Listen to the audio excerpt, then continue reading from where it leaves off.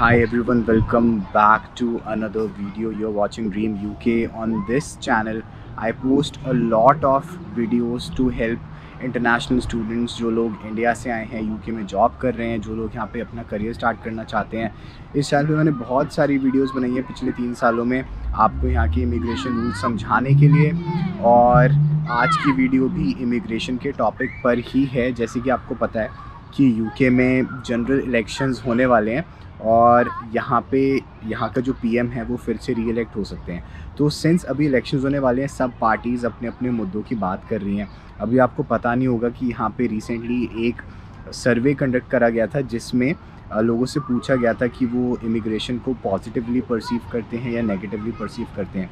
तो 43% population UK की जो भी उन्होंने सर्वे करा है वो इमिग्रेशन को नेगेटिवली परसीव करते हैं। मतलब वो नहीं चाहते, 43% लोग नहीं चाहते कि यहाँ पे और इमिग्रेंट्स आएँ, और 35% लोग ही इसको पॉजिटिवली परसीव करते हैं। और बाकी लोग जो थे उन्होंने या तो आंसर नहीं दिया या फिर वो न्यूट्रल हैं। ठीक है। सो सिंस यहाँ की जो मेजॉरिटी ऑफ पॉपुलेशन है 43 नेगेटिव 35 पॉजिटिव, तो यहाँ की सारी पॉलिटिकल पार्टीज़ इमिग्रेशन को कम करने की बातें कर रही हैं अपने डिबेट्स में। तो इससे हमें पता चलता है कि फ्यूचर में इमिग्रेशन की पॉलिसीज़ कैसी शेप करी जाएंगी। कोई भी पार्टी जो पावर में आती है उनके बारे में हम बात करें कि हर पार्टी की पॉलिसीज़ क्या हैं। वो इमिग्रेशन को बढ़ाना चाहती हैं, कम करना चाहती हैं तो किन किन तरीक़ों से कम करना चाहती हैं और उससे आप पे क्या इम्पैक्ट आएगा। सो इस वीडियो को आपको एंड तक ज़रूर देखना है, क्योंकि इलेक्शन के बाद जो भी पार्टी आती है वो अपनी कुछ पॉलिसीज़ लेकर आएंगी और उनसे हो सकता है कि आप भी इम्पैक्ट हो। ठीक है। तो सबसे पहले ये जान लेते हैं कि यहाँ पे कंजर्वेटिव पार्टी अभी पावर में है, उसकी ऑपोजिशन में है लेबर पार्टी।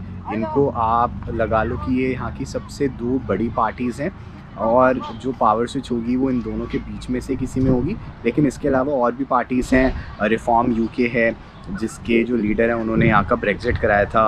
उसके बाद द ग्रीन पार्टी है और एसएनपी है। एसएनपी तो स्कॉटलैंड की है। तो ऐसे करके बहुत सारी पार्टीज़ हैं जो यहाँ पे रोल प्ले करती हैं। और इन इलेक्शंस में जो होते हैं वो एमपी इलेक्ट होते हैं और फिर वो प्राइम मिनिस्टर को भी इलेक्ट करते हैं। सो आज की वीडियो में हम स्पेशली इमिग्रेशन पॉलिसीज़ के बारे में बात करेंगे। तो जैसे कि आपको पता है अभी कंजर्वेटिव पार्टी पावर में है और उन्होंने ऑलरेडी इस साल इतने सारे रूल्स लेकर आए हैं इमिग्रेशन को कम करने के लिए। उन्होंने डिपेंडेंट वीज़ा ख़त्म कर दिए स्टूडेंट्स के लिए, पोस्ट ग्रेजुएट स्टूडेंट्स के लिए, होम केयर वर्कर के लिए भी। तो इस वजह से यहाँ पे डिपेंडेंट्स कम हो गए हैं। उसके बाद स्किल्ड वर्कर वीज़ा जो होता है उसकी सैलरी रिक्वायरमेंट्स बहुत ज़्यादा बढ़ा दी हैं, तो यहाँ पे स्किल्ड वर्कर वीज़ा लेना मुश्किल हो गया है। सो उन्होंने बहुत सारे ऐसे रूल्स लेकर आ गए हैं वो जिससे यहाँ पे लोगों को लीगल राइट्स कम मिलें जो बाहर से यहाँ पर आते जो इमिग्रेंट्स होते हैं। और ऐसे ही जो इलीगल इमिग्रेंट्स हैं उनके लिए उन्होंने रवांडा बिल पास करा पार्लियामेंट में चेंजेस करके। सो कंजर्वेटिव जो पार्टी है वो बहुत सारे चेंजेस ऐसे ला रही हैं जिससे इमिग्रेशन कम हो।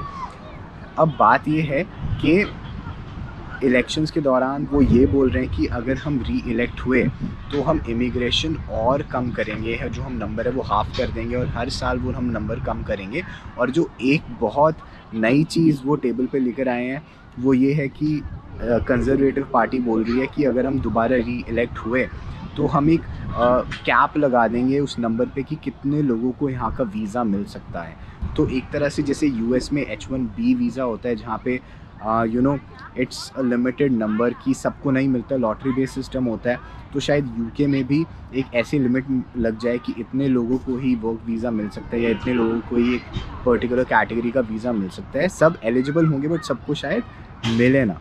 ठीक है। सो ये एक जो चीज़ है बीइंग एन इमिग्रेंट, थोड़ा सा आपको शायद अच्छा ना लगे, क्योंकि सब चाहते हैं कि अगर कोई उनको स्पॉन्सर करना चाहे, कोई उनको वीज़ा देना चाहे तो वो उनको मिल जाए। अगर उसमें एक और स्टेप ऐड हो जाता है कि टोटल एक कंट्री में इतने ही लोगों को फॉर इंस्टेंस वर्क वीज़ा मिल सकता है, तो ये और एडेड लेयर ऑफ डिफ़िकल्टी हो जाएगी जो कि कंजर्वेटिव पार्टी यहाँ पे लाने का सोच रही है। इसके साथ साथ वो कह रही हैं कि यहाँ पे जो इमिग्रेंट्स आएंगे उनका हम नई तरीके का हेल्थ चेक इंट्रोड्यूस करेंगे, और अगर उस हेल्थ चेक में कुछ चीज़ें निकल कर आती हैं जो कि गवर्नमेंट बाद में डिसाइड करेगी, तो उसके बेसिस पे उनका IHS भी डिसाइड हो सकता है, उनको ज़्यादा टैक्स पे करना पड़ सकता है in the form of immigration health surcharge, अगर वो NHS पे बर्डन बन सकता है। तो ये सब चीज़ें भी अभी कंजर्वेटिव पार्टी बात कर रही है। तो आपको लगेगा कि कंजर्वेटिव पार्टी तो बहुत ज़्यादा अगेंस्ट है इमिग्रेशन के, तो मैं आपको बता देता हूँ कि लगभग सारी पार्टीज़ ही अभी इमिग्रेशन के अगेंस्ट है। कोई भी पार्टी ऐसी नहीं है जो इमिग्रेशन को बहुत ज़्यादा बढ़ाना चाहती है। तो अभी आपको शायद, अगर आप चाहते हो कि यहाँ पे इमिग्रेशन जो है वो कम ना हो, तो आपको इस चीज़ में चूज़ करना पड़ेगा कि कौन सी पार्टी इमिग्रेशन बहुत ज़्यादा कम नहीं करना चाहती, like who's the least worst from the worst in the form of immigration policies, right? So ऐसे आपको सोचना होगा। तो अगला हम आते हैं लेबर पार्टी पे। अगर लेबर पार्टी पावर में आती है, नया प्राइम मिनिस्टर पावर में आता है, तो उन्होंने क्या बोला इमिग्रेशन पॉलिसीज़ को लेके? तो सबसे पहले तो उन्होंने बोला कि जो रवांडा प्लान है वो उसको स्क्रैप कर देंगे। तो जो इलीगल इमिग्रेंट्स आएंगे यहाँ पे फॉर एनी रीज़न, उनके लिए शायद ये एक रिलीफ हो कि उनको रवांडा नहीं भेजा जाएगा डिपोर्ट करके। और दूसरी चीज़ उन्होंने ये बोला कि वो भी नेट माइग्रेशन यहाँ पे कम करेंगे, लेकिन instead of introducing a cap on the number of people who can get visas, वो कह रहे हैं कि वो यहाँ पे जो UK के सिटीजन्स हैं उनको बेटर ट्रेन करेंगे, ताकि UK की कंपनीज़ उनको ही हायर करें। इसके साथ साथ उन्होंने ये भी बोला है कि ऐसे एम्प्लॉयर्स जो बहुत ज़्यादा ओवर रिलाई करते हैं ओवरसीज़ वर्क फोर्स पे, उन पे बैन लगाया जाएगा। तो फॉर इंस्टेंस, अगर कोई ऐसी कंपनीज़ हैं या कोई ऐसे एम्प्लॉयर हैं जिनके पास स्पॉन्सरशिप लाइसेंस है, लेकिन वो सिर्फ इंडियंस को हायर करते हैं या फिर सिर्फ पाकिस्तानियों को ही हायर करते हैं, या फिर कोई पर्टिकुलर ओवरसीज़ नेशनैलिटी को हायर करते हैं और ब्रिटिश लोगों को वो इक्वल अपॉर्चुनिटीज़ नहीं दे रहे हैं, तो उनको भी बैन करा जाएगा। ठीक है। इसके साथ साथ उन्होंने ये भी बोला कि जो भी हेल्थ केयर वर्कर्स पे जो करंट बैन है अपनी फैमिलीज़ को यहाँ पे लाने के लिए, वो चेंज नहीं होने वाले हैं अगर लेबर पार्टी आ भी जाती है। और इसी के साथ साथ उनका मेन फोकस यही रहने वाला है कि जिस भी फील्ड में ज़्यादा ओवरसीज़ वर्कर हायर हो रहे हैं, उस फील्ड में वो ट्रेनिंग स्टार्ट कर दें ज़्यादा ब्रिटिशर्स के लिए, ताकि यहाँ की जो पॉपुलेशन है, यहाँ के जो सिटीजन्स हैं, उनको उन स्किल्स को लर्न करने का मौका मिले। तो एक तरह से ये भी इमिग्रेशन कम ही कर रहे हैं, बट इनके तरीके अलग हैं। ये थोड़े कम एक्सट्रीम हैं कंजर्वेटिव से, जो एक कैप लगाना चाहते हैं इमिग्रेंट्स के नंबर पे। इसके बाद आती है रिफॉर्म UK। वो सबसे पहले एक नया डिपार्टमेंट फॉर्म करना चाहते हैं, इमिग्रेशन डिपार्टमेंट, एंड उसके बाद वो फ्रीज़ करना चाहते हैं नॉन एसेंशियल इमिग्रेशन। सो इसकी उन्होंने डेफिनेशन नहीं बताई है कि नॉन एसेंशियल इमिग्रेशन क्या होगा, बट अगर वो किसी भी तरह की जॉब को अगर वो नॉन एसेंशियल में डाल देते हैं, तो उसमें वीज़ाज़ ही नहीं मिलेंगे। इसका मतलब तो यही हुआ। इसके साथ साथ उन्होंने बोला कि जो लोगों को यहाँ पे सिटीज़नशिप मिली है, लेकिन अगर वो क्रिमिनल ऑफेंस करते हैं एक्सेप्ट माइनर ऑफेंसेस, तो चाहे वो सिटीजन्स भी बन चुके हों, उनकी सिटीजनशिप को विड्रॉ किया जा सकता है। जो कि मैं फेवर में नहीं हूँ कि कोई क्रिमिनल एक्टिविटीज़ में इन्वॉल्व हो, बट अगर कोई होता है तो उसकी सिटीजनशिप ली जा सकती है। तो ये भी एक बहुत एक्सट्रीम मेजर है। इसके साथ साथ उन्होंने बोला है कि वो इंटरनेशनल स्टूडेंट्स पे जो बैन लगा हुआ है डिपेंडेंट्स का, वो तो बना ही रखेंगे। इसके बाद जो एसेंशियल स्किल्स हैं यहाँ पे, सिर्फ उन्हीं स्किल्स में जो स्टूडेंट्स पढ़ाई के बाद जॉब कर सकते हैं, उनको यहाँ पे रिटेन करेंगे, बाकियों को यहाँ पे रहने नहीं देंगे। तो इन अ वे स्टूडेंट्स का भी जो प्रॉस्पेक्ट है वो यहाँ पे कम होता है। इसके साथ साथ इन्होंने ये भी बोला है कि जो नेशनल इंश्योरेंस पे करना पड़ता है फॉरेन वर्कर्स को, उसको आई थिंक 13.5% से बढ़ा के 20% तक बढ़ा देंगे।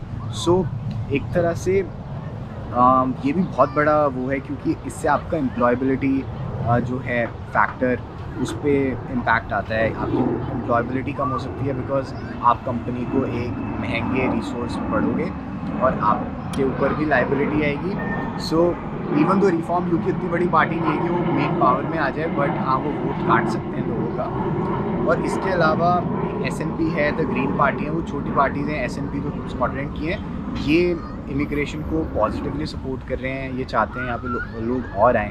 तो देखो, ये मैंने आपको ओवरव्यू दिया है यहाँ की जो मेन पार्टीज़ हैं।